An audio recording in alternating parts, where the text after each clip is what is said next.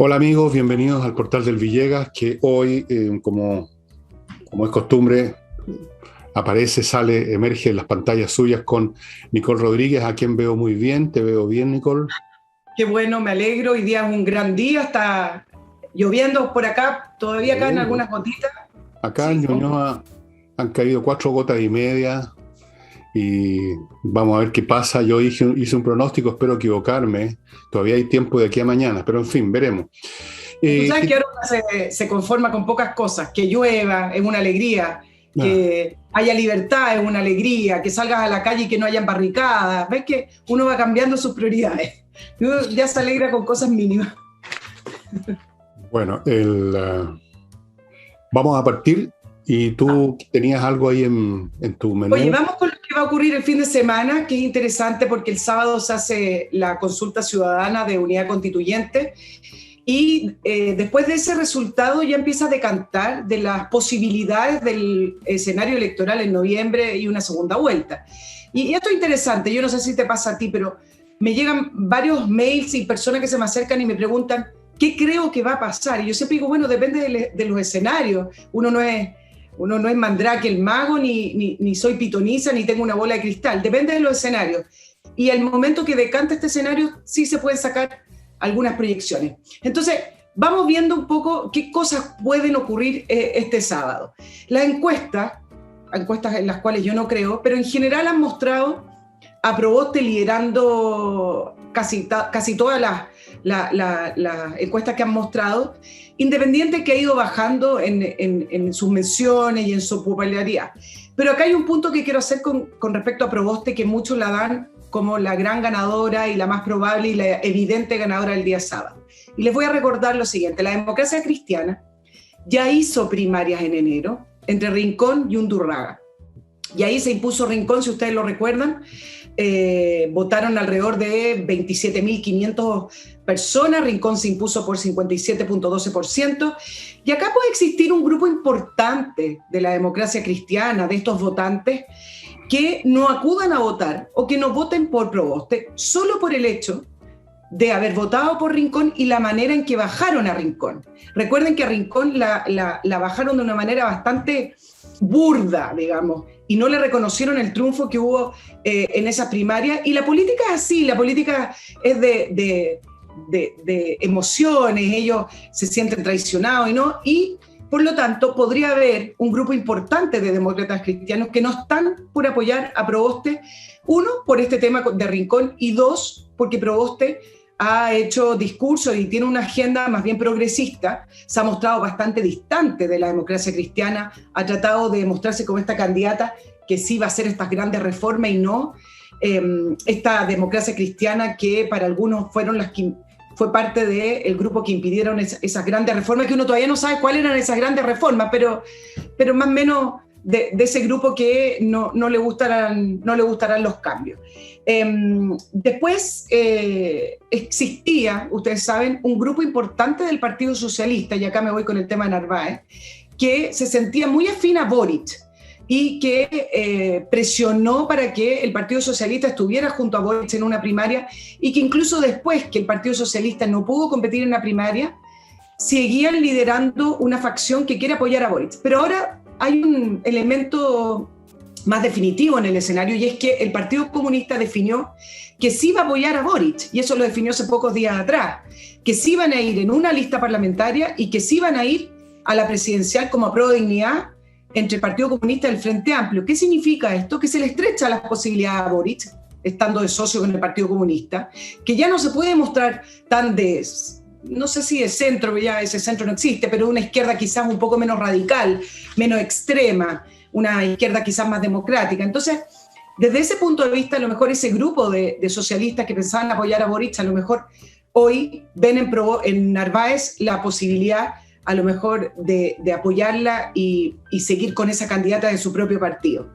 Ahora, decir dos cositas también importantes, ¿eh? De las fuerzas electorales, las que se demostraron finalmente en las elecciones y no en las encuestas, la democracia cristiana ha ganado en todas al Partido Socialista y ha liderado Unidad Constituyente. En el caso de las elecciones municipales, la Democracia Cristiana tiene 46 alcaldes, el Partido Socialista tiene 22, y en el caso de los gobernadores sacó 4 y el Partido Socialista 3, pero en cuanto a movilización, ellos territorialmente han movilizado mucho más que el Partido Socialista. Por lo tanto, si es que la Democracia Cristiana decide apoyar a su candidata y decide movilizarse por esa candidata, efectivamente Proboste debiera ser la ganadora. ¿Me quieres decir algo, Fernando? Me estás mirando. Siempre te estoy mirando, pues, no voy a mirar la pared. No. Bueno, está bien, sí, pues no sabemos. No sé si tiene mucho sentido especular qué va a pasar en 2 días más cuando lo vamos a ver en los hechos. La pregunta que me hago es, cualquiera que gane esta contienda en la Unidad Constituyente, la pregunta que me hago yo, ¿qué peso tiene en este momento la Unidad Constituyente? A mí me da la sensación en este minuto que la Unidad Constituyente no va a ser de los dos principales, no va a obtener una votación importante en la primera vuelta. Tengo la sensación que este asunto va a ir de inmediato a dirimirse entre Sichel y Boric. Y entonces la pregunta que uno podría hacerse es ¿para dónde se va a volcar? ¿Cómo se va a dividir? Porque se va a dividir la votación de la Unidad Constituyente. Algunos van a irse por Boric, otros no se van a ir por ninguno, unos poquitos quizás por Sichel, muy poquitos. Y por último, lo más importante es para dónde se van a ir los independientes, que ese es el grupo grande que va a determinar todo. Si no, no olvidemos toda la cantidad de gente que no ha votado. No olvidemos la última encuesta que vi de CADEM, 24% de la gente dijo no sabe, no contesta, mismo porcentaje que tienen Sichel y Boric. Así que, ahora, podría decir que tal vez la suerte de la Unidad Constituyente puede variar un poco según quién de las dos señoras gane. Algunos están hablando incluso que Maldonado podría aparecer con una victoria inesperada, no creo, pero... Muy difícil. Yo no sé cuál de las dos señoras estas, la Narváez y la Proboste, tiene más, para dónde están más o menos inclinadas. En general creo casi que ese buscar grados de más o de menos de izquierdismo, de centrismo, de moderación a esta altura no tiene mucho sentido, porque esas varas de medida ya no tienen mucho sentido hoy. Fíjate que si uno examina el programa de todos, incluyendo los candidatos de derecha, vamos a ver más puntos de convergencia, aunque le parezca increíble, con cambios de lenguaje que otra cosa. Por ejemplo, el programa de Narváez o el programa de la Proboste o el programa que tenía incluso Jadwe, cambios de retórica, pero esta izquierda que antes hablaba de frentón, cuando yo era nene, joven, de frentón quería la expropiación de los expropiadores, quería nacionalizar gran parte de la empresa, estatizar, digamos, hacer lo que hacían las sociedades socialistas. Eso no está presente ahora, en absoluto. Y nadie está hablando de terminar con la propiedad privada. Nadie. Están hablando algunos de nacionalizar o de pasar al Estado algunas actividades y otros otras, pero por eso que te digo que se hace súper difícil. Tal vez porque ya los instrumentos y estos conceptos del más a la izquierda, más al centro, están perdiendo mucho de su sentido hoy. Estoy convencido que es así. Y creo que lo he dicho de otras maneras en otros momentos. Sí, quizás no es nítido, pero sí hay algunos conceptos. Por ejemplo, en el caso de la propiedad privada no lo dicen burdamente, pero se hace a través de otras maneras, se hace a través de un sistema impositivo imposible, se hace... Bueno, en el caso de Narváez habló de expropiación de las forestales en caso de retribución de las tierras a los pueblos indígenas. Pero sí, desde el punto de vista electoral, yo estoy de acuerdo contigo. Al parecer, todo indica que Unidad Constituyente ya no va a ocupar ese gran espacio que ocupaba la Concertación, y eso se ve en la Convención Constituyente. Ellos tienen 25 constituyentes, Frente Amplio con el Partido Comunista tienen 28, y esos 25 no se notan. No son una fuerza unida, nítida, que proponga cosas. Van al alero de lo que va proponiendo el Frente Amplio. Entonces, para algunos analistas, ya leía que el Frente Amplio prácticamente está completando el ciclo en el cual venía a reemplazar la Concertación, y en esta elección se va a ver el punto final en el cual efectivamente va a terminar reemplazando ese espacio que tenía la Concertación. Yo creo que al final del día lo que podría yo concluir con alguna seguridad, digo alguna, no con todas, es que en ningún escenario Boris gana. En ningún escenario gana el Partido Comunista, en el fondo, porque eso es lo que está detrás de Boris al final del día, por las razones que he dicho 1000 veces, que es la única entidad política en la izquierda que tiene alguna densidad ideológica, que tiene algunos conceptos más o menos claros y que por lo tanto tiene esa fuerza que da el tener ideas claras, buenas o malas, a dónde quieres ir. Y Boris es un nene, y los que lo apoyan, otro montón de cabritos, en su mayoría llenos de fastidios contra el modelo neoliberal, sin saber ni siquiera por qué, sin darse cuenta que ellos son hijos de ese sistema. Si gana, en primera vuelta ganan Sichel y Boric, la primera y segunda mayoría, uno de los dos, la cosa no se va a volcar al lado de Boric, porque ahí Sichel va a recibir muchos votos de gente que no quiere que el Partido Comunista, usando como mascarón de prueba a Boris, llegue al poder. Y si la unidad constituyente es la que sea el primero o el segundo, tampoco. O sea, yo creo que va a pasar un poco lo que pasó con Jadwe. Boris no puede llegar. La izquierda que uno identifica con el Partido Comunista y con ese sector no va a llegar. Son muy ruidosos, han ocupado mucho espacio, son los que gritan, son los que están en la constituyente vociferando, son los que copan los medios de comunicación, pero llega el momento de los que hubo y va a pasar lo que pasó con la elección de Piñera. Y yo básicamente, este país no es un país de extrema izquierda, lo más de centro izquierda, pero más allá que eso, no. Así que yo cada vez estoy menos preocupado, menos asustado de que vaya a ganar el señor Boric. Para nada, creo que la cosa no va para allá. Creo que incluso se está desinflando el apoyo de Boric, así como se está desinflando el Frente Amplio en su conjunto. Perdieron ya el glamour de los primeros tiempos, hace rato. Así es que no, por ahí no va la cosa. Más allá de asustarse o no con respecto a la extrema izquierda, sí hay ciertas ideas que siguen dando vuelta, por ejemplo en el programa económico, que es súper interesante porque se formó una especie de debate y de discusión a través de cartas al diario entre René Cortázar y Nicolás Grau, que es parte del equipo económico de Boric. ¿Y por qué? Porque René Cortázar escribió una columna que decía Camino al estancamiento. A modo general, decía que en el programa económico de Boric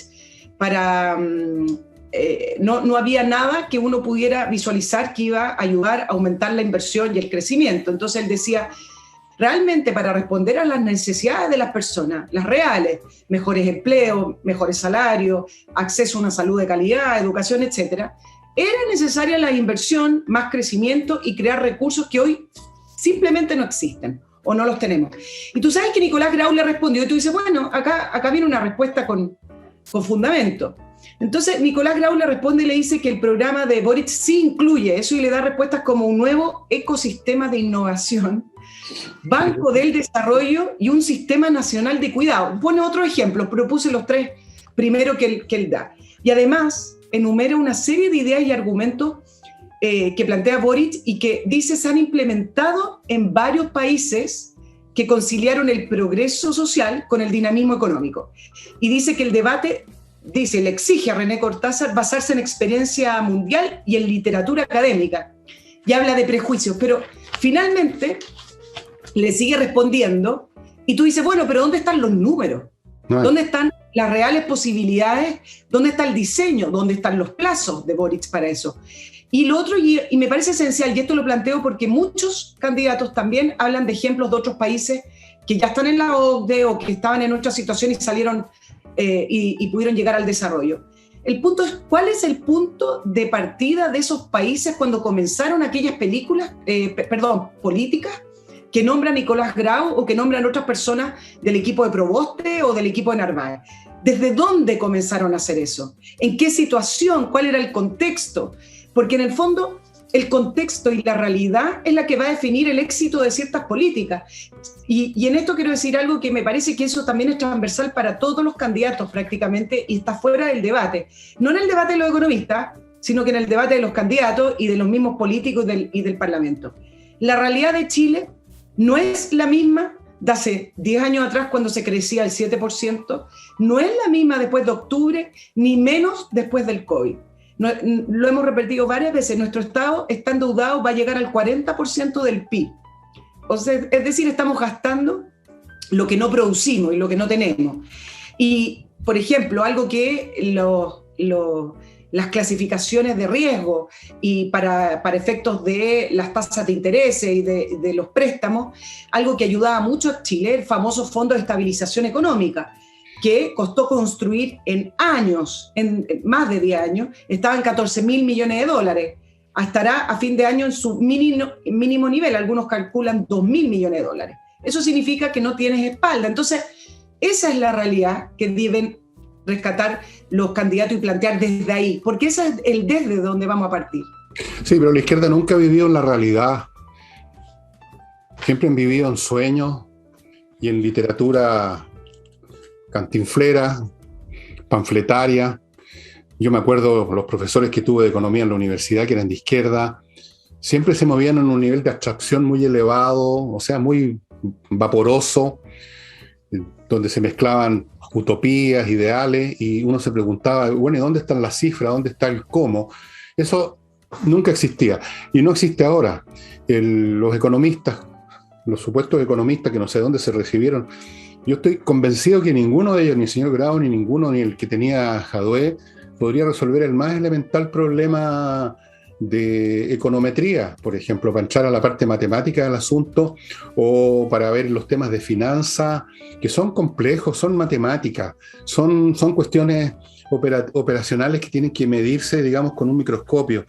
Tú no haces crecer un país hablando en general de que hay que crecer, como en el programa de la señora Narváez, que empieza a pilar cosas simpáticas, disminuir las tarifas eléctricas, el precio para la gente del campo, disminuir el coste del transporte, y ni siquiera para esas cosas que podrían tener una respuesta relativamente sencilla, hay respuesta, no hay números, no es más que una lista de aspiraciones. Es como que los economistas de izquierda son aspiracionales, son como un adolescente que sueña con un futuro mejor, pero no se sabe cómo lo va a lograr. Yo lo he visto toda mi vida y lo sigo viendo ahora. Es la manera como se formaron, Nicole, estas personas, donde estudiaron, las memorias que hicieron. Se mueven en un circuito vaporoso. Entonces, cuando llegan a tener el poder en sus manos, dejan la cagada nomás, porque no saben manejar las cosas. Y lamentablemente la realidad no funciona sobre la base de buena voluntad ni buenos sentimientos. Y dejan la crema. No. Mira, lo que pasó con el programa económico de Salvador Allende. ¿Sabes tú qué consistió el programa económico de Salvador Allende que impulsó Pedro Buscovich, que era el ministro de Hacienda, si no me equivoco, de Salvador Allende? Duró un año el plan de él. Se puso simplemente a gastar el Estado como loco, generando estímulos artificiales. Y luego vino el derrumbe. El derrumbe económico que se manifestó en desabastecimiento, del cual culparon, por supuesto, los momios, y todo lo demás. No tienen un cálculo concreto. Tú les pides, bueno, pero ¿cómo va la ecuación aquí? ¿De qué está hablando? ¿Qué es eso de ecuación? Si aquí lo que se trata, compañero, es de lograr mayor justicia social. Entonces, tú les preguntas, bueno, pero ¿cómo se manifiesta eso en términos económicos, eso, la justicia social? Y ahí a lo más concreto que llegan es, bueno, metiéndole la mano al bolsillo a los ricos. Al final, cuando llegan al plano de las operaciones concretas, el único instrumento que tienen son los impuestos. Y el otro instrumento, el gasto público. Y en eso se mueven, y eso conduce a la ruina, inevitablemente. Así que las preguntas que le hizo Cortázar son las correctas, pero no las van a poder responder jamás. Nunca. Y claro, yo cuando digo que no van a expropiar a la empresa privada, estoy diciendo algo que estoy convencido que es así. Ni siquiera en China han expropiado todas las empresas privadas porque ya se sabe que eso no funciona, una economía puramente estatal. Pero sí son capaces de arruinar. Eso sí que lo tengo clarísimo. O estancar un país. Como un poco ya lo vimos con doña Michelle, pues, ¿no? ¿Cuánto te empezó de ese 7%, 6%, 5%? ¿Cuánto pasó en el gobierno Michelle Bachelet? ¿Te acuerdas la cifra? Claro. 1%, 0,5%. En eso son, pero expertos, arruinar o estancar. Así es que no van a convertir esto en un país socialista, pero lo pueden estancar y empobrecer. Eso de todas maneras. Nos vamos a otro tema que te quería comentar hoy día. Es un tema que no he tratado hace varias semanas, así que me voy a dar la libertad de poder tratarlo y tiene que ver con la política sanitaria del COVID. Yo quiero tirar unas preguntas al aire a nuestros auditores, que son cosas que hay que cuestionarse. Y yo les pregunto si se han planteado cuál es el límite para nuestro gobierno, una cifra precisa, por ejemplo, de contagio o de situación sanitaria para poder terminar con todas las restricciones y las regulaciones. ¿Cuándo, por ejemplo, dejará de ser parte de la agenda política diaria de este gobierno y de los medios el tema del COVID? Hoy la positividad es 2% y hay días que está en 1,7, en 1,6. Tiene prácticamente al 80% de la población vacunada, que era el objetivo, y siguen una serie de restricciones y de regulaciones que me pregunto, y lo dejo planteado al aire, bueno, entonces, ¿cuándo?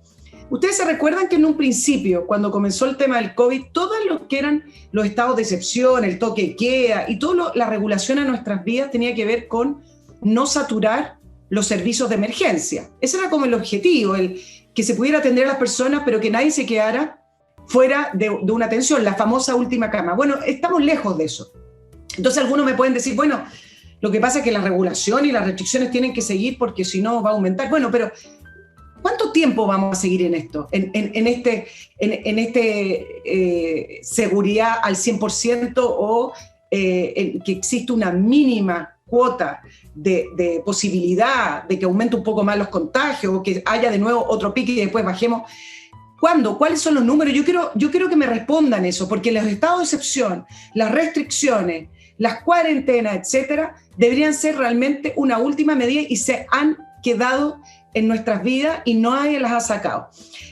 Yo te quiero dar un ejemplo bien específico. Por ejemplo, el año pasado, sin vacuna, ya para el mes, después de julio, agosto, se podía viajar al extranjero y al regreso con un PCR negativo, si tú te lo repetías a los 2 días o 3, no me acuerdo exacto, tú ya no tenías que cumplir con la cuarentena.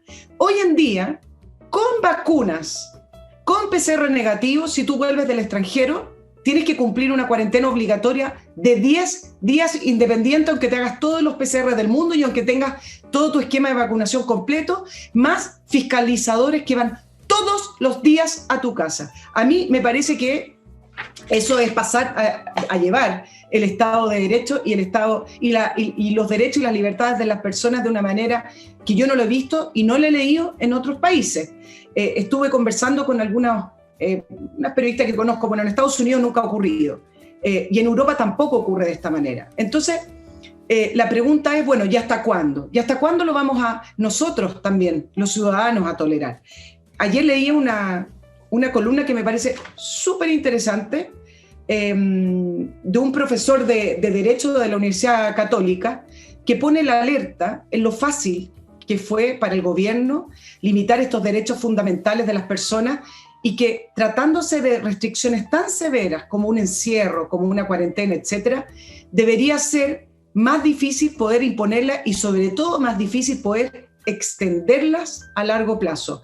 Incluso en un estado de excepción se debe respetar la separación de poderes y los controles y contrapesos propios que nosotros tenemos que exigir en una democracia. Entonces, él decía y él planteaba que en grandes crisis se suele concentrar el poder.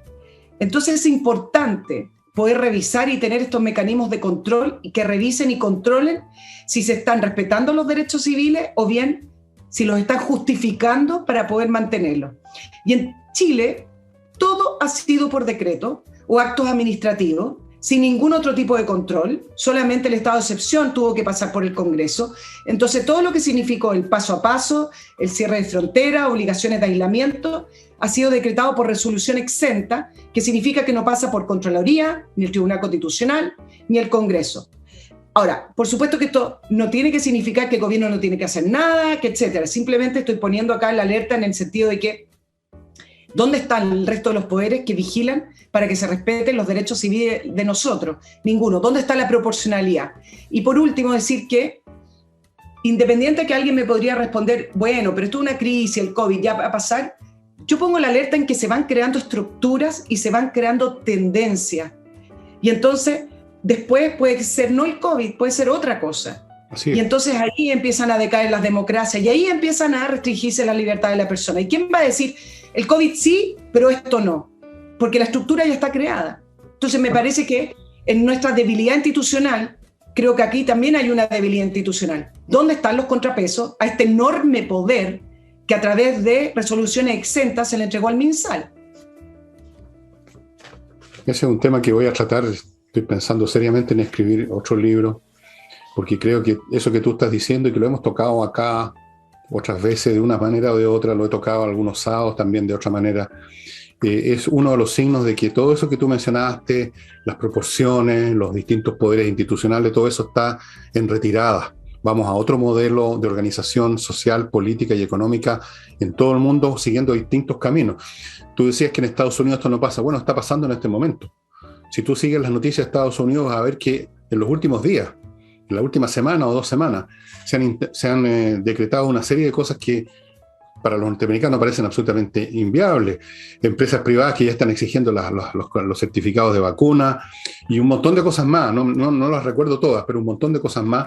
Así es que sí, esto es un proceso que no va a quedar aquí, porque forma parte de una oleada que tiene causas mucho más importantes. El COVID ha servido simplemente como un catalítico para desatar procesos que ya estaban en camino. Y cada vez estoy más tentado a escribir ese libro porque creo que no se ha escrito todavía lo que podríamos llamar la muerte de la democracia. La democracia clásica que nosotros conocemos, yo creo que está dando sus últimas palpitaciones. Y ahora voy a mi primer bloque comercial.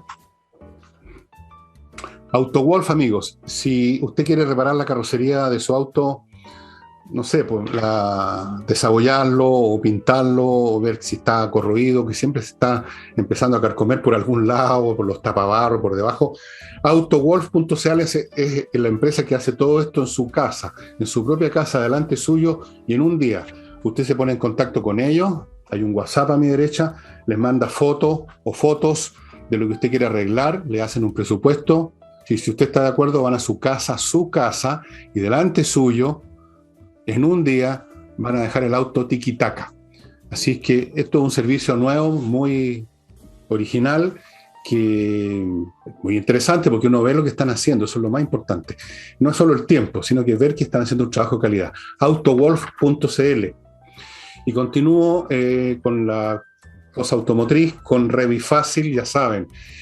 Revifácil.cl le hace la revisión técnica a usted sin que usted se tenga que mover, sin que usted tenga que instalarse por horas de hora, que es una lata infinita. Revifácil.cl, usted los llama, se pone de acuerdo con ellos, le pasan a buscar el vehículo donde usted dice, el día que usted acuerda con ellos, a la hora, en fin, se ponen de acuerdo, se llevan el vehículo, los funcionarios Revifácil, lo llevan a la central, bueno, todo el cuento, y usted, echado para atrás en su escritorio, en su casa, le van a dejar el auto listo. Revifácil.cl, así fácil la revisión técnica. 10% de descuento si cuentan que llegaron ahí, llamaron a Revifácil porque han visto este programa de este anciano. Y continúo con Felco, esta empresa suiza que produce este tipo de objetos que son absolutamente, infinitamente superiores a las podadoras que usted ve por ahí hechas en... Estas sí que son de calidad, fíjense en la hoja. La hoja tiene otro brillo, otro color, porque es acero endurecido. Esto dura toda la vida, cortando bien. El cuerpo está muy bien hecho, aluminio sólido, el diseño, hay repuestos para cualquier cosa que pueda pasar. Yo he visto de estas podadoras que me las han mostrado, que llevan más de medio siglo funcionando sin ningún problema. Sí, son un poco más caras, pero por Dios, que vale la pena comprar una cosa un poco más cara que es 1000 veces mejor. Felco, estimados amigos, empresa suiza. Los suizos no saben hacer cosas a media. Regreso con Nicole. Voy a terminar el tema de las políticas sanitarias solo para hacer un comentario de lo que respondió la subsecretaria de Salud con respecto al atochamiento y filas de prácticamente 5 a 6 horas en el aeropuerto. Y dice, bueno, es la nueva forma de viajar con respecto a la pandemia. Y acá yo quiero decir, no usen y no utilicen el argumento de la pandemia para la ineficacia, la ineficiencia y el control excesivo de documentos que están haciendo en el aeropuerto. Tú sabes que una de las de lo que más pide la autoridad es evitar aglomeraciones. Y resulta que la gente llega al aeropuerto a veces con aviones que vienen prácticamente vacíos y se juntan, no sé si cientos de personas, pero se juntan un grupo importante de personas en un lugar reducido, donde los funcionarios del MinSal tienen que revisar documentos que ya te pidieron online y te los revisan 2 o 3 veces los mismos documentos y vas pasando de estación en estación. Entonces, no le echen la culpa a la pandemia por las mismas regulaciones que hacen ustedes mismos en el MinSal y por la manera ineficaz que han tenido de enfrentarlo. Lo del aeropuerto es algo que tiene que ver con decisiones, no tiene que ver con la pandemia. Y por último, el tema del toque de queda. Le preguntaban al ministro París cuándo va a terminar el toque de queda y él le echó la culpa a los rezagados. Y acá yo quiero hacer un punto, y es porque tuve la experiencia personal. Si bien el proceso de vacunación ha sido exitoso, y en eso yo no quiero criticar al gobierno, y durante la primera mitad del año fluyó de una manera bastante ágil y eficiente, hoy en día vacunarse se ha convertido en un problema. Primero, largas filas. Estamos hablando de esperas de 3 horas, 4 horas para una segunda dosis. Muchas veces tú llegas y ya no hay stock para tu segunda dosis, en el caso de una Pfizer, Sinovac tienen más. Entonces, con esto de hacer las dosis de refuerzo y con esto también de haber ampliado la población a jóvenes, también se les produjo un desorden. Entonces, mi pregunta es si esos rezagados no se vacunan porque han asistido y no hay dosis, han asistido y como tienen que esperar 4 horas, ¿se retiran del lugar? ¿O no están vacunados porque son del grupo de los antivacunas que no creen en la vacuna? Esa información es importante. Y el ministro no puede estar respondiendo que el toque de queda, échele la culpa a los rezagados. El toque de queda fue una decisión política. No tiene nada que ver con las vacunas. Y explíquenme cuál es la diferencia de tener o no tener toque de queda para efectos del virus, para efectos de un control sanitario. Es más bien un control ciudadano que da sensación de control del virus. Entonces, empiezan a manipular con esta respuesta que a mí me parece que la gente no tiene por qué aceptar respuestas tan burdas. Bueno, pero no hay manera de no aceptarlo. Así que da lo mismo. También es verdad. También es verdad. Bueno, no puedo llamar a protestar porque estamos un poquito cansados, ¿no? No se puede hacer eso. No, y además, mira, no sé. Todas estas cosas seguramente van a ser estudiadas minuciosamente en unos años más y se va a ver qué es lo que se hizo bien o mal. Yo quiero en esto ser benévolo porque después de todo esta es la primera vez en la historia de la humanidad que una plaga abarca el planeta completo. Nunca antes ocurrió eso porque los continentes ni siquiera se conocían unos a otros, así que las cosas ocurrían en el mundo civilizado, digamos. Sí, claro. Pero tampoco habían 7.000 millones de personas y tampoco había esta facilidad para moverse de un lugar a otro que ahora existe. Entonces, los vectores de contagio son infinitamente más poderosos que como en la Edad Media, donde simplemente la gente se contagiaba si llegaba alguien caminando a caballo, quizás de dónde. Ahora, en cuestión de minutos, en horas, en un día, en 2, una persona que estaba en China contamina a alguien que estaba en Estados Unidos. Entonces, eso es lo que ocurrió. Y yo no me quiero olvidar de una cosa fundamental, fíjate, aunque se ha exagerado y se ha aprovechado incluso políticamente esta cuestión, el hecho concreto es que de los 7.000 millones de habitantes, solo 1 cada 3 o 4.000 ha fallecido. Exacto. Eso es una cuestión tremenda que no lo olvidemos. En la Edad Media se moría 1 cada 2 personas o cada 3. Y en otras pestes que hubo en otras épocas de la historia de la humanidad, en el Imperio Romano hubo varias, qué sé yo. Hay relatos que ustedes, si no me creen, pueden leerlo, de gente que vivió en esa época y que contaron las plagas en que ciudades completas quedaba la mitad de la población o menos, los muertos botados en las calles. Eso no lo vimos ni lo vamos a ver. Y en parte es resultado, fíjate, a pesar de la enorme facilidad que hay ahora para la expansión de los virus, las plagas, por esta cantidad de gente, por esta cantidad de viajes, por los contactos que tenemos unos con otros. Yo creo que ha sido exitoso el tratamiento que ha tenido esta cuestión, con todas las distorsiones que tú quieras. Porque fíjate que en otras situaciones, sin tantas restricciones exageradas por momentos o inoportunas en otro, tú no te puedes imaginar lo que habríamos tenido. Yo no digo que habría muerto la mitad de la humanidad, ni mucho menos. No creo que sea tan potente este virus para eso, pero tendríamos 10 o 50 veces más muertos. Como pasó con la gripe española en 1918, no olvidemos los precedentes históricos. La gripe española no era mucho más potente que esta cuestión que tenemos ahora, y murieron entre 50 y 100 millones de personas. Y estamos hablando de un mundo que no tenía 7.000 millones, tenía alrededor de 2.000 o cerca de 3.000, si no me equivoco. O sea, murió, unas 100 o 150 veces más gente que ahora. Eso no me olvido. No, yo creo que no hay que olvidarse de eso. Porque, claro, uno quiere la perfección, pues quiere que se tomen medidas, pero al mismo tiempo que no lo jodan a uno, que uno pueda ir al teatro, que uno pueda ir a esto, que uno pueda hacer lo demás allá. Bueno, yo no sé qué cosa en el mundo de la sociedad, en la conducta colectiva, se pueden hacer con la precisión de una operación de neurocirugía. Yo creo que ninguna. Todas las cosas son así, a la brutantesque, con distorsiones, con abuso, con exageraciones, con torpeza. La cuestión es ver los números gruesos. Yo lo que creo no es que uno busque la perfección, pero sí creo que han existido reacciones que son totalmente exageradas. El virus tiene una mortalidad baja. Creo que la falta de gobernabilidad y la debilidad de los gobiernos occidentales en general ayudó muchísimo a que abrazaran todas estas restricciones. Y por último, también creo que hay una distorsión en el nivel de exigencia que se le ha hecho de mostrar evidencia, por ejemplo, con respecto a las vacunas, evidencia con respecto a un montón de cosas, pero a la hora de encerrar a las personas o tener regulaciones que son tremendamente estrictas y severas y difíciles de llevar para las personas, no se le pide ningún tipo de evidencia científica. Hasta el día de hoy no las hay. Y lo último que quiero aportar es que países que han sido con medidas menos restrictivas y países con medidas más restrictivas han llegado más o menos al mismo resultado. Entonces, si tengo que escoger entre A y B, prefiero menos restricciones. Bueno, está bien, pero mira, hay otro factor que hay que considerar, aparte de los que te mencioné antes, y es que el nivel de exigencia del ciudadano medio de cualquier parte ahora es 1000 veces más grande que antes. Antes la gente no esperaba nada de las autoridades, del rey, del monarca, del emperador, se morían nomás.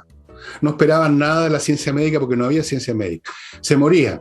Algunos rezaban, otros se arrancaban, otros salían a fiestear. Hubo una fiesta famosa en la Edad Media, la gente decía, nos vamos a morir igual, así que dejemos la crema, vamos a una partusa a todo dar.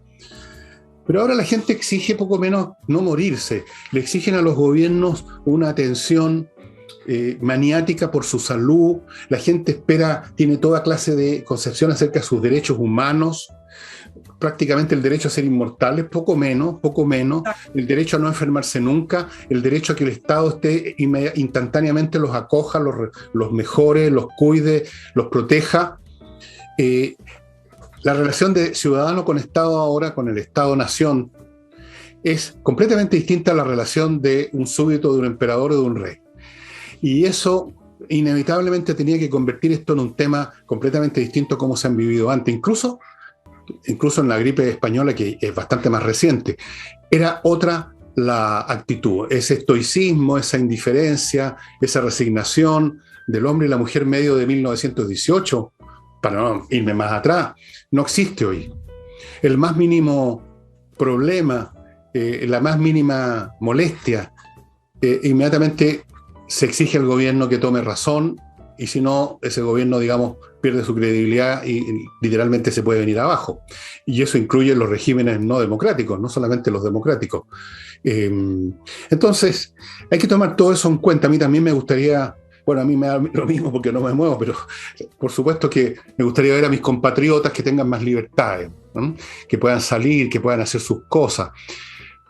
Y quizás hubiera podido encontrarse esa fórmula que dices tú, pero si no se encontró, son las cosas de la vida. Déjame pasar ahora a mi segundo bloque. En todo caso, por si acaso, no creo que vayamos a retroceder, a pesar de que ahora empezó una neurosis patológica con la variante Delta, no solo en Chile, en otras partes. Quieren soltar la agenda. Claro, pero eso al final de cuentas hay una fuerza más potente que todo eso, y es la necesidad de la gente de trabajar y comer, y las sociedades no pueden seguir así a medio morir saltando, así que esa fuerza va a terminar siendo más poderosa. Y tú vas a ver, yo dije, entre agosto y septiembre esta cuestión va a cambiar, ya está cambiando, y salvo que ocurra una situación ya que los chinos saquen otro numerito, esto va a cambiar completamente y se va a desvanecer como una pesadilla, un mal sueño. Y ahora voy a mi segundo bloque. Amigos, notariospress.cl, ya saben, los papeles, no tiene para qué estar horas en la notaría, esté unos minutos frente a su computador, hace casi todo el trámite ahí y después va a la notaría solo un ratito chiquitito a firmar y retirar el papel. Lo he comprobado yo, lo ha comprobado mi mujer, lo ha comprobado Nicole Rodríguez, lo ha comprobado cualquiera que haya acudido a este sistema. Notariospress.cl.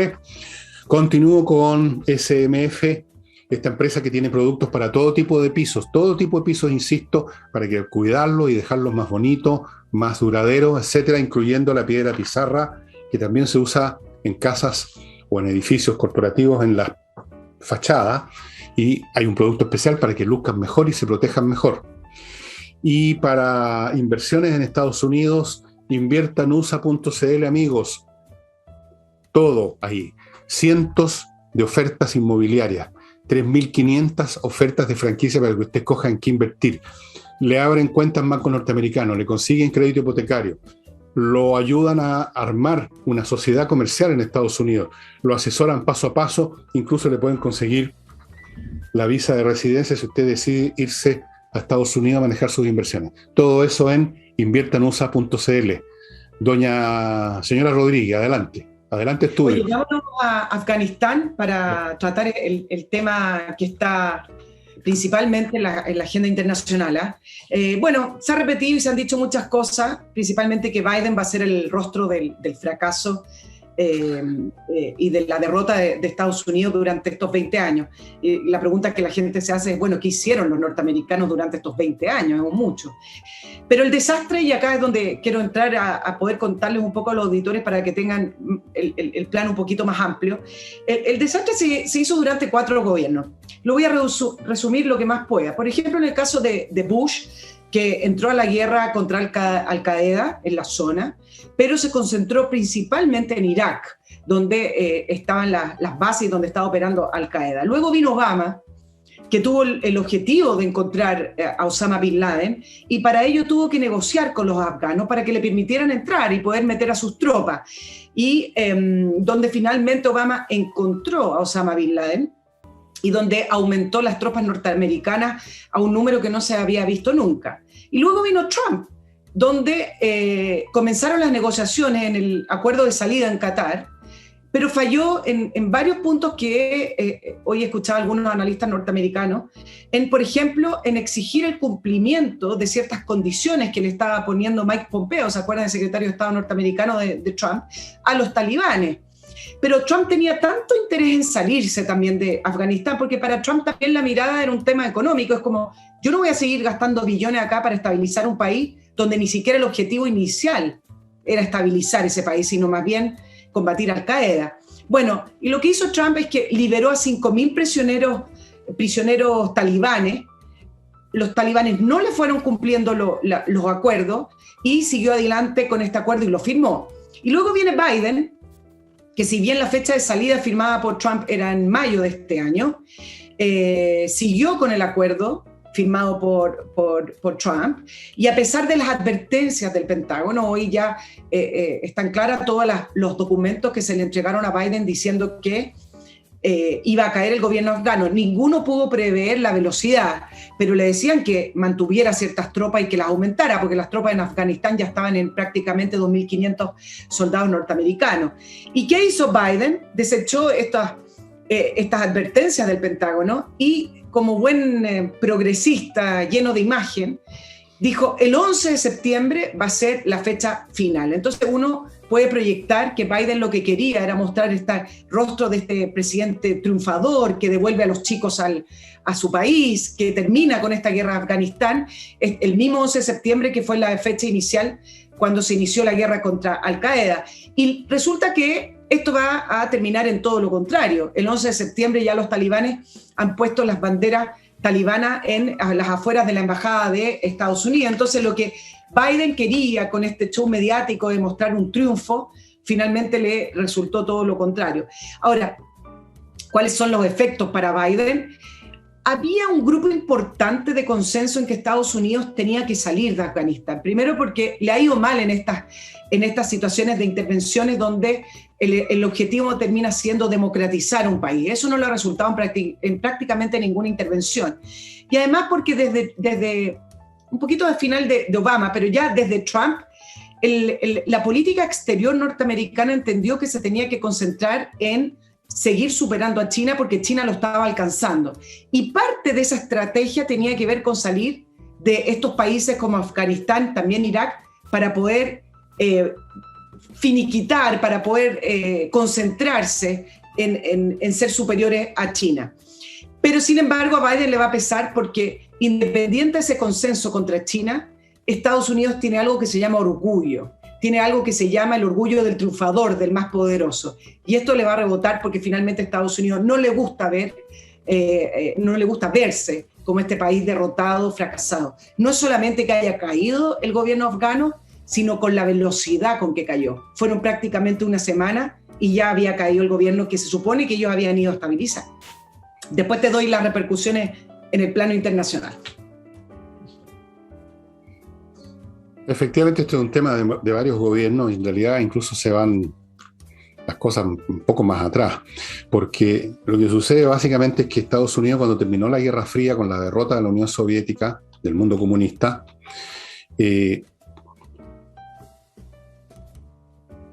lapso en el cual Estados Unidos, desde que terminó la Segunda Guerra Mundial hasta el momento en que cayó el muro de Berlín y todo eso, Estados Unidos tenía una estrategia súper clara, que fue exitosa.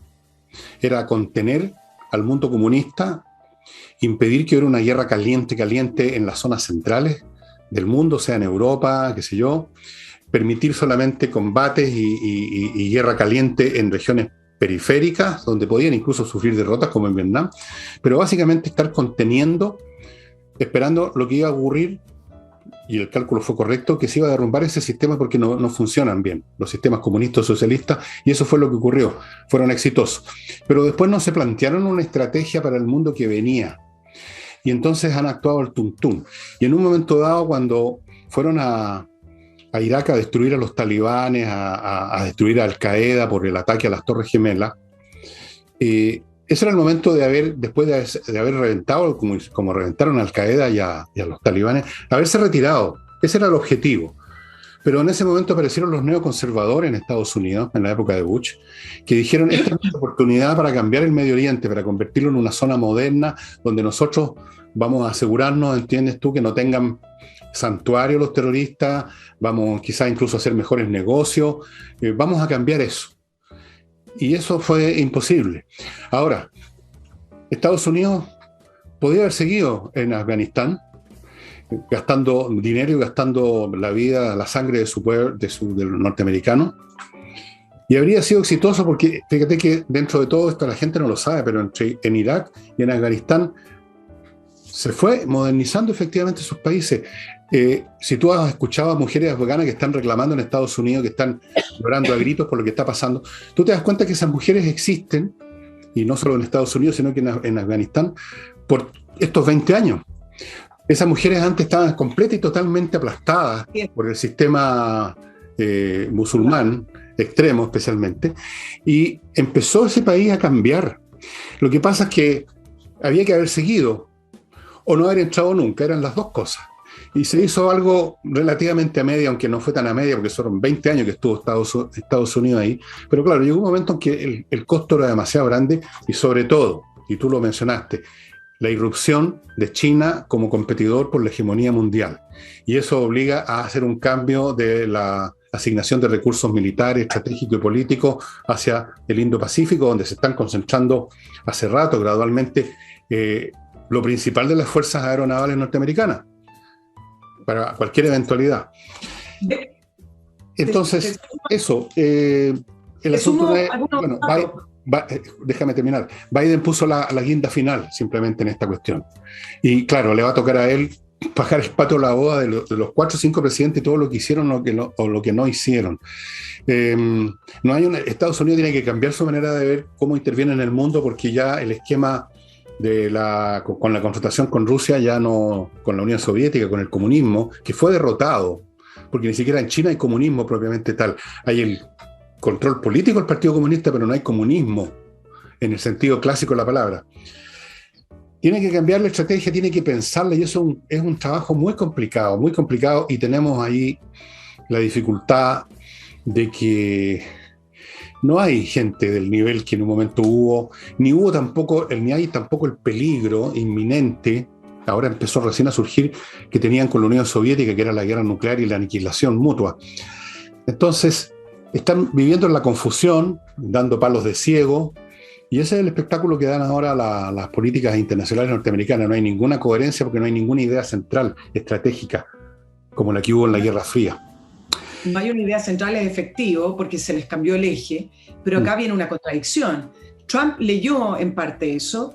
Uno puede estar en desacuerdo o uno puede decir, bueno, no lo hizo bien, pero Trump leyó eso y dijo, bueno, mi objetivo es China. Nos vamos a retirar de todos los conflictos. Pero en el caso de Biden dijo cuando asumió la presidencia de Estados Unidos está de vuelta. Y dijo, está de vuelta al multilateralismo, está de vuelta al mundo. El problema es que no ha definido de qué manera va a estar de vuelta. A eso me refiero que no hay una estrategia. Las intervenciones armadas hoy tampoco son tan tolerables, pero por otro lado, el mundo hoy le está exigiendo explicaciones a Estados Unidos cómo deja Afganistán al alero de unos terroristas extremistas musulmanes. Ahora, algunas cosas en el plano geopolítico. ¿Quiénes ganan con esto de que se fue Estados Unidos de la zona? Bueno, varios países. Y esto empieza a desestabilizar una serie de otras situaciones. Gana Pakistán, gana Turquía, gana Rusia, gana China, gana Qatar. Y déjenme explicarles por qué. Y principalmente Irán. Irán se beneficia de la salida de Estados Unidos, uno, porque salió humillado, y dos, porque lo saca de su frontera. Acuérdense que Irán colinda con Afganistán. Además, Irán va a empezar a presionar ahora en el tratado, acuérdense, de no proliferación de armas nucleares que tienen con Estados Unidos, que todavía están en plena negociación. Turquía y Rusia van a presionar para que Estados Unidos salga de Siria. Rusia y China, que acogieron a los talibanes, dijeron que iban a aceptar el gobierno talibán. La idea es sacarlo de la región y utilizar Afganistán, algo que no podían hacer con Estados Unidos en Afganistán, utilizar Afganistán como un paso para los recursos naturales. Y al final al final esto tiene que ver con pelea o con disputas de territorios por recursos naturales o por hegemonía, que esto es el inicio de la humanidad. Entonces, efectivamente, la salida de Afganistán no es solamente un tema interno de Estados Unidos, desestabiliza una serie de procesos internos que se habían mantenido más o menos, no sé si estables, pero en un status quo en el Medio Oriente. Y con la salida se van a empezar a ver estas repercusiones de estos países, además, que les conviene acoger a grupos terroristas, no solamente Al-Qaeda, que no ha desaparecido, están los hermanos musulmanes, hay una serie de otros que van a empezar quizás a crecer como no podían crecer porque tenían a los norteamericanos ahí mismo. Bueno, por eso te digo que se necesita otra estrategia para enfrentar todas esas situaciones tan complicadas, mucho más complicadas que esta especie de partido de ajedrez con la Unión Soviética, dos partes que están en igualdad de condiciones, que se pueden aniquilar mutuamente, que pueden llegar a acuerdos, que necesitan respetar esos acuerdos para sobrevivir.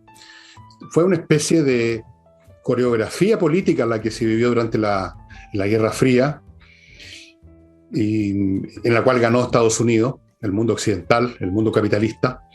Pero ahora es un cuento completamente distinto y no hay ninguna estrategia. No hay ninguna estrategia clara de Estados Unidos. Por eso aquí pueden hablar de multilateralismo, pero hablar de multilateralismo o hablar de volver al mundo es retórica, porque la cuestión sigue siendo ¿cómo? ¿Cómo se vuelve al mundo? Hay muchas maneras de volver al mundo. Uno puede volver al mundo como policía. Digo, voy a emplear mis recursos militares sin ningún escrúpulo allí donde me parezca que hay problemas. Esa es una manera de volver al mundo.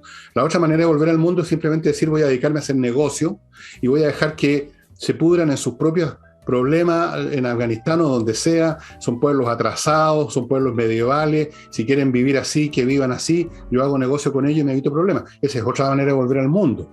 O puedes volver al mundo entrando en alianzas con grupos mayores o menores de grandes potencias para estar de acuerdo en cómo van a intervenir. Por ejemplo, ahora mismo entiendo que tienen o van a tener en estos días, mañana, una conferencia vía Zoom los principales miembros del G7 para ver qué hacemos con Afganistán. Ese tipo de situaciones son distintas unas de otras y entonces no basta decir vuelvo al mundo. La cuestión es ¿Cómo vuelvo al mundo? Y ahora, como nosotros no podemos arreglar este problema, Nicole, porque no nos han preguntado, el problema de ellos. Ahora, un comentario corto. Espérate, wait a minute, Nicole. Hold the horses, porque voy a mi otro bloque que hace posible este programa. Don't forget it. Amigos, una manera bastante sólida y efectiva de cuidar sus recursos es tener una parte de ellas convertida en oro y plata, que son metales preciosos que usted controla directamente y que los puede llevar a cualquier parte del mundo y que en todas partes se los van a aceptar. Para tener eso, entre a compreoro.cl. Compreoro.cl. Y si quiere vender su propiedad inmobiliaria rápido y no dentro del próximo decenio, Ángel Hey, el corredor inmobiliario más rápido de Chile, ya les he explicado por qué, ahí están los datos. Y continúo con Avicare. Esta vez no les voy a mostrar el aparatito, se lo he mostrado muchas veces, que le permite a usted controlar cómo está su corazón. Usted se hace un electrocardiograma en su casa en el momento que quiere, tocando un aparatito con sus deditos, los datos van al celular, donde hay una aplicación, la aplicación los manda a Avicare, y ahí los expertos en estas materias, los cardiólogos, ven cómo está su corazón. Si se necesita hacer algo, se va a hacer de inmediato. El corazón hay que cuidarlo y controlarlo en minutos, en horas, o simplemente usted se va a visitar a nuestro Señor Jesucristo, o a quien sea que usted adore. Avicare, tecnología médica, salud online, estimados amigos. Recuerden que este aparatito se lo arriendan en comodato por 27.900 pesos mensuales. Eso incluye la aplicación. Yo creo que su salud vale más que eso mensualmente. Y KM Millas, para que usted venda sus millas acumuladas en kmmillas.cl, las convierta en dinero antes que las empresas aéreas se las borren. Nicole, ¿qué ibas a decir? No voy a seguir en el tema de Afganistán, simplemente decir que es impresionante la sensación que hoy existe en la humanidad en que todos los conflictos y todos los problemas y todas las situaciones es como que te cayeran en el patio de tu casa. O sea, hace 20 años atrás, pongamos 20 años atrás, que es el caso del inicio de las guerras en el Medio Oriente con Irak, etcétera, uno no se involucraba. Ahora tú ves que todos los países están involucrados con los ciudadanos, uno ve las redes sociales, con fotos protegiendo a las mujeres. Mira cómo, en realidad. El gobierno de Sebastián Piñera aprovecha y anuncia que va a acoger a 10 familias afganas, todos son Afganistán. Mira, tú sabes, pues el más progresista de Latinoamérica. Oye, ya, me voy a ir a otro tema muy cortito, porque yo sé que va a ser noticia hoy jueves para nuestros auditores, va a ser un comentario nomás. ¿Te acuerdas que hablamos de la licitación de los pasaportes y del registro civil chileno? Y ahí comentamos cómo se tejió esta licitación, que también para varios reviste dudas de la legitimidad de esta licitación, y cómo es que esta empresa china, Aicina, presentó la mejor oferta económica. Bueno, habló el actual encargado de negocios de la Embajada de Estados Unidos en Chile, Richard Glenn, que asistió a la Comisión de Relaciones Exteriores de la Cámara. Fue invitado a exponer de una manera más protocolar, no fue específicamente para este tema. Pero sí en este encuentro le preguntaron sobre la licitación del registro civil y la participación de esta empresa china. Y él, de una manera muy elegante, dijo que el programa de exención de visas Viber, que es un orgullo y que Chile es el único país latinoamericano que la tiene, dice, es un orgullo, pero se revisa anualmente, dijo. Parte de esa revisión es ver cómo se están emitiendo los pasaportes y si es que tienen un sistema confiable. Y se refirió puntualmente a esta empresa china diciendo y asegurando que están bajo la Ley de Seguridad Nacional en China, y que por supuesto que Chile es autónomo y Chile tiene que tomar sus propias decisiones, pero efectivamente el programa de visa Viber se revisa y estas son condiciones que a lo mejor son un punto negro en eso. ¿Cuál es el punto acá? Mira, no solamente con respecto a la licitación china, lo que quiero decir es que Chile en general se ha mantenido neutral en conflictos geopolíticos, porque además Chile no tiene mucho peso para poder ejercer alguna influencia. Tampoco ha manifestado abiertamente favoritismo por ciertas inversiones de ciertos países. Por ejemplo, en un momento en Chile fue el boom de las inversiones españolas, Pero la realidad que hay que considerar es que sea Chile o sea otro país, pero en el caso de Chile, estamos al medio de un conflicto geopolítico de hegemonía mundial, como lo contábamos con respecto a Afganistán, que es China y Estados Unidos. Y aunque no se declare abiertamente que uno está a favor de uno u otro país, sí se hace cierta declaración al no tener filtros, por ejemplo, para limitar ciertas inversiones chinas en servicios que son estratégicos o en sectores que son considerados de seguridad nacional o sectores industriales esenciales. Entonces, lo importante acá y lo que dejó bien en claro el representante norteamericano es que Estados Unidos está mirando y que Estados Unidos evalúa y que esto tiene consecuencias. Ahora, no lo dijo en son de amenaza, pero es una realidad.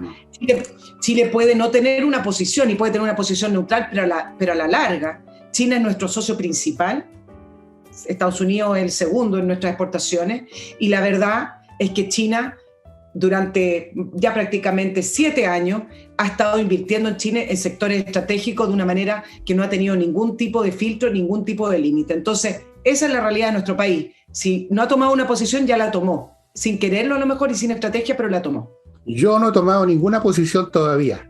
Oye, ninguna posición. Pero, mira, yo estoy por... En fin, el país verá qué es lo que hace la élite, qué es lo que hace el propio Estados Unidos, la élite norteamericana comercial se ha metido de lleno con los chinos, así que no veo de qué está hablando este señor que viene acá con una amenaza velada, con guantes de seda, pues es la verdad. Voy a saltarme eso, nada, perdóname, voy a Lotus Air, que les avisa que esta segunda partida que llegó, estos equipos que producen peróxido de hidrógeno para destruir todos los patógenos que están en su casa, en su negocio, en su cafetería, en su colegio, esta segunda partida se está acabando. Si usted quiere tener este dispositivo de ultísima generación tecnológica desarrollada en colaboración con la NASA, vaya poniéndose ya en contacto con Lotus Air o se va a quedar otra vez esperando a Godot, literalmente. Y continúo con Controller, que tiene una sucursal en Viña ahora y que le revisa cómo está funcionando su área de gestión en la empresa y inmediatamente va a encontrar lo que seguramente va a encontrar en prácticamente toda empresa: fallas, cosas que son subóptimas o que son de frentón malas y algunas de las cuales usted no ha detectado. Entregue esa tarea de examinar su área de gestión a Controller, expertos en eso, 20 años en Estados Unidos en grandes empresas, ahora en Chile. Y el detergente que usa vuestro servidor aquí presente, con mis manos ven intactas todavía, el mejor lavaplatos, el mejor detergente para lavar vajilla en el lavaplato se llama Lavoclub.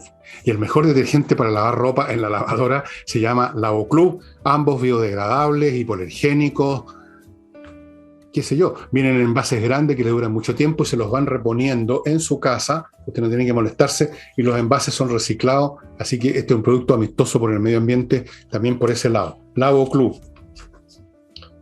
Ya, señora, le toca. No, solamente decir que, ¿por qué hablé de este tema del representante norteamericano? Porque salieron durante la tarde del día miércoles titulares con respecto a que el representante confirmaba que Estados Unidos no iba a extender la visa waiver con Chile, y eso no es lo que dijo. Entonces, me extrañan los titulares siendo tan enfáticos y tan claritos en que visa waiver prácticamente se acaba. No es lo que dijo el representante en el Congreso. Lean bien la entrevista y lean bien lo que expuso. Dijo que esto como lo dije anteriormente, esto se revisa anualmente y ese factor, por ejemplo, la seguridad, u otros factores se revisan. Eso es lo que dijo. No dijo que llegábamos hasta acá con la visa waiver. Sí, pero probablemente dijo eso último, porque estamos con cosas. En este momento no hay mucho escrúpulo en esta competencia entre Estados Unidos y China, y te voy a decir una cosa. Debido a esta vergonzosa retirada en Afganistán, el gobierno norteamericano, incluso Biden, con toda la debilidad que está mostrando en todo orden de cosas, no quiero insistir en ese punto, se van a tener que poner más durito en otros lados para compensar, porque si no es un derrumbe completo de su credibilidad y desde luego de la credibilidad del Partido Demócrata que está gobernando Estados Unidos y que pretende seguir ahí per sécula. Entonces, fíjate que esto abre peligros, Si acaso en un momento dado Estados Unidos hubiera sido un poco renuente a actuar, por ejemplo, con toda su fuerza defendiendo Taiwán de un ataque chino, que podrían estar creyendo que este es el momento de hacerlo, resulta que no, que ahora van a tener que ponerse más firme, más duro, porque si no ya simplemente terminan de irse para la casa como gran poder Estados Unidos. Y con Irán la misma cosa. Hay algunos que piensan, yo he visto algunos analistas y creo que en ese sentido miran solamente dos jugadas para adelante. Dicen, esta es la gran oportunidad de los chinos, los iraníes. Puede que lo piensen, pero yo creo que los chinos, por ejemplo, especialmente que son bastante listos, se dan cuenta que este es el momento en que no hay que provocar a Estados Unidos con una acción audaz, porque Estados Unidos, la dirección política y militar de Estados Unidos querrá demostrar de que no son tan débiles ni están tan en retirada y podrían ponerse bastante más combativos. Así que no me espero, fíjate, no me espero, a pesar de lo que crean así los, entre comillas, analistas, que aquí vamos a ver una especie de, como dijéramos, una serie de iniciativas geoestratégicas de poderes como los que tú mencionaste para aprovecharse del pánico en este minuto. O sea, y si alguien lo llega a hacer, yo creo que corren bastante peligro, porque Estados Unidos no puede darse el lujo de una segunda retirada ante un adversario, por lo menos no ahora. Así que yo creo que los chinos que han sabido esperar y tienen mucha paciencia, aunque la han perdido últimamente, parece que la paciencia es más bien una virtud de los que no tienen poder, están obligados a ser pacientes. Ahora que tienen poder se han puesto más impacientes. Pero aún así no creo que vayan a arrojarse al cogote de Taiwán ahora, ni creo que Irán vaya a hacer nada estrepitoso tampoco, porque saben que una bestia herida, un animal herido, se pone más peligroso todavía. Pero en fin, vamos a ver. Todo puede ocurrir. Todo puede ocurrir. ¿Llegamos al fin? No, porque me queda, perdónenme, estimados amigos, pero yo voy a recordarles a ustedes que si quieren facilitar el desarrollo intelectual de sus hijos, nietos, sobrinos y mantener el suyo o desarrollarlo más de lo que ya lo tienen como visitante de este canal, espacioajedrez.com, donde están estos productos que ustedes están viendo a mi derecha. Y todavía podrían ahí investigar con Pablo Tolosa, mi amigo Pablo, que si hay algún cupo por ahí en algún curso, porque de repente pasa eso, que alguien se retira por enfermedad, qué sé yo, y se abre un curso, se abre un cupo para cursos que ya partieron, pero usted puede recuperar las horas porque hay videos grabados de las clases que se dieron. Véalo usted, yo no le puedo decir si hay o no hay, estas son cosas que cambian minuto a minuto. Espacioajedrez.com. Y ahora sí que le entrego la palabra para que diga sus últimas palabras antes que el programa se termine. Mis últimas palabras de vida. No, mira, para terminar el famoso tema del pasaporte, hay un elemento que en Chile se habla poco, nosotros lo hemos tratado varias veces en el programa, y no todo tiene que ver con la empresa china o quien vaya a ser la empresa proveedora del registro civil.